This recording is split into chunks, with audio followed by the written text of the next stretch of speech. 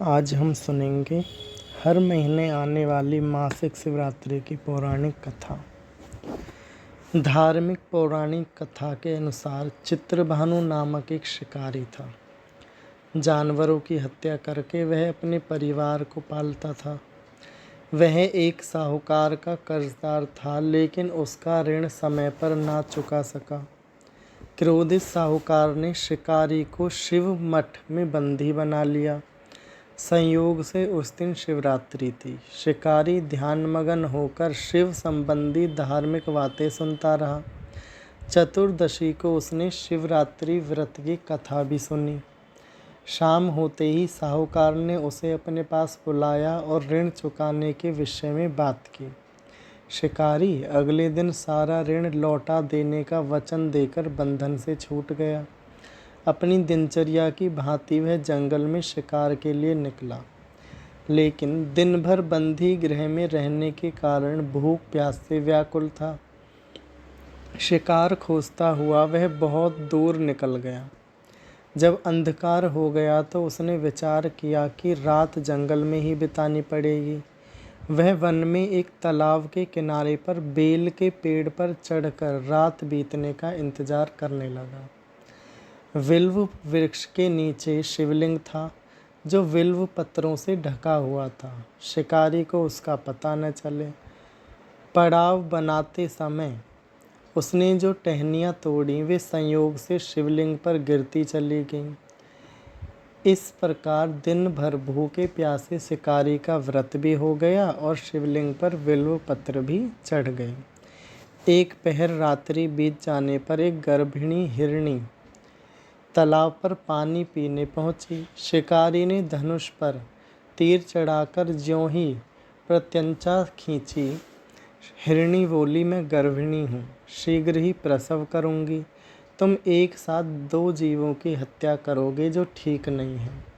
मैं बच्चे को जन्म देकर शीघ्र ही तुम्हारे समक्ष प्रस्तुत हो जाऊँगी, तब मुझे मार देना।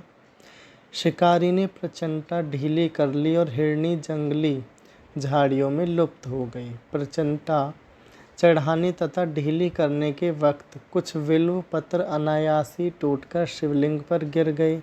इस प्रकार उसने अनजाने में ही प्रथम पहर का पूजन भी संपन्न हो गया। कुछ ही देर बाद एक और हिरणी उधर से निकली। शिकारी की प्रसन्नता का ठिकाना न रहा। समीप आने पर उसने धनुष पर बाण चढ़ाया।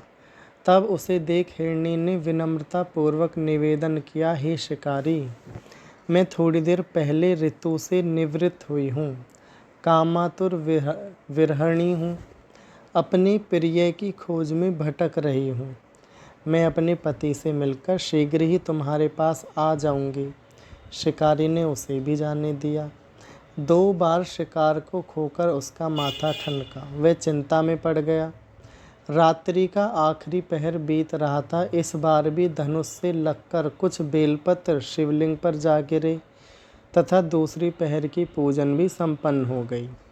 तभी एक अन्य हिरणी अपने बच्चों के साथ उधर से निकली। शिकारी के लिए यह स्वर्णिम अवसर था। उसने धनुष पर तीर चढ़ाने में देरी नहीं की। वह तीर छोड़ने ही वाला था कि हिरणी बोली, हे शिकारी, मैं इन बच्चों को अपने पिता के हवाले करके लौट आऊँगी, इस समय मुझे मत मारो। शिकारी हंसा और बोला, सामने आए शिकार को छोड़ दूँ? मैं ऐसा मूर्ख नहीं। इससे पहले मैं 2 बार अपना शिकार खो चुका हूँ। मेरे बच्चे भूख प्यास से व्यग्र हो रहे हैं। उत्तर में हिरणी ने फिर कहा, जैसे तुम्हें अपने बच्चों की ममता सता रही है, वैसे मुझे भी सता रही है। हे शिकारी, मेरा विश्वास करो, मैं इन्हें इनके पिता के पास छोड़कर तुरंत लौटने की प्रतिज्ञा करती हूँ। हिरणी का दुख भरा स्वर सुनकर शिकारी को उस पर दया आ गई। उसने उस मृगी को भी जाने दिया। शिकार के अभाव में तथा भूख प्यास से व्याकुल शिकारी अनजाने में ही वेल वृक्ष पर बैठा बेलपत्र तोड़ तोड़कर नीचे फेंकता जा रहा था। पाँव फटने को हुई तो एक हष्ट पुष्ट मृग उसी रास्ते पर आया। शिकारी ने सोच लिया, इसका शिकार वह अवश्य करेगा।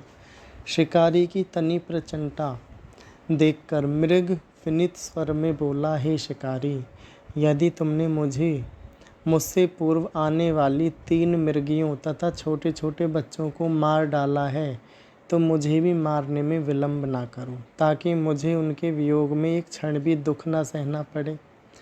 मैं उन हिरनियों का पति हूँ। यदि तुमने उन्हें जीवन दान दिया है तो मुझे भी कुछ क्षण का जीवन देने की कृपा करो। मैं उनसे मिलकर तुम्हारे समक्ष उपस्थित हो जाऊँगा। मृग की बात सुनते ही शिकारी के सामने पूरी रात का घटना चक्र घूम गया। उसने सारी कथा मृग को सुना दी। तब मृग ने कहा, मेरी तीनों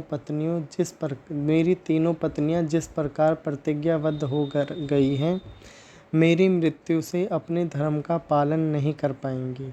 अतः जैसे तुमने उन्हें विश्वास पात्र मानकर छोड़ा है, वैसे ही मुझे भी जाने दो। मैं उन सब के साथ तुम्हारे सामने शीघ्र ही उपस्थित होता हूँ। शिकारी ने उसे भी जाने दिया।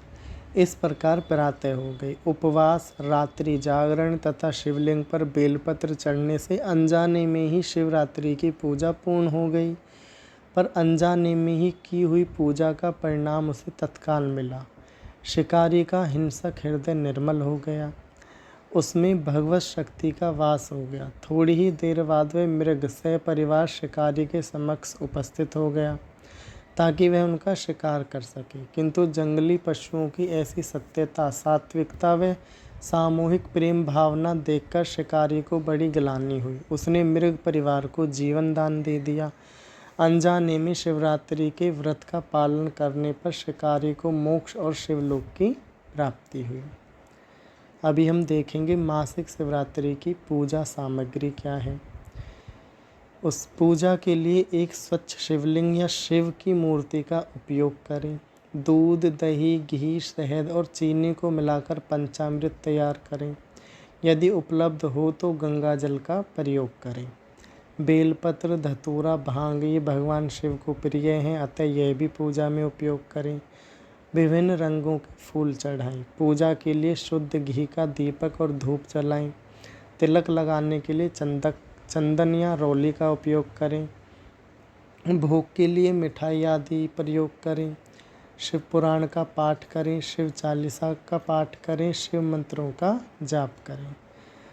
अब हम जानेंगे मासिक शिवरात्रि की पूजा विधि। पूजा शुरू करने के पहले स्नान करके शरीर को शुद्ध करें और साफ सुथरे कपड़े पहनें। शिवलिंग को एक स्वच्छ स्थान पर स्थापित करें। उस पर गंगाजल छिड़कें। शिवलिंग पर पंचामृत, गंगाजल, दूध और जल से अभिषेक करें। बेलपत्र, धतूरा, भांग, फूल आदि अर्पित करें। धूप और दीप जलाएं। भगवान शिव के मंत्रों का जाप करें, जैसे ओम नमः शिवाय या फिर महामृत्युंजय मंत्र आदि का जाप करें। भगवान शिव को भोग लगाएं। भगवान शिव की आरती करें। आज की ये कथा यहीं पर समाप्त हुई।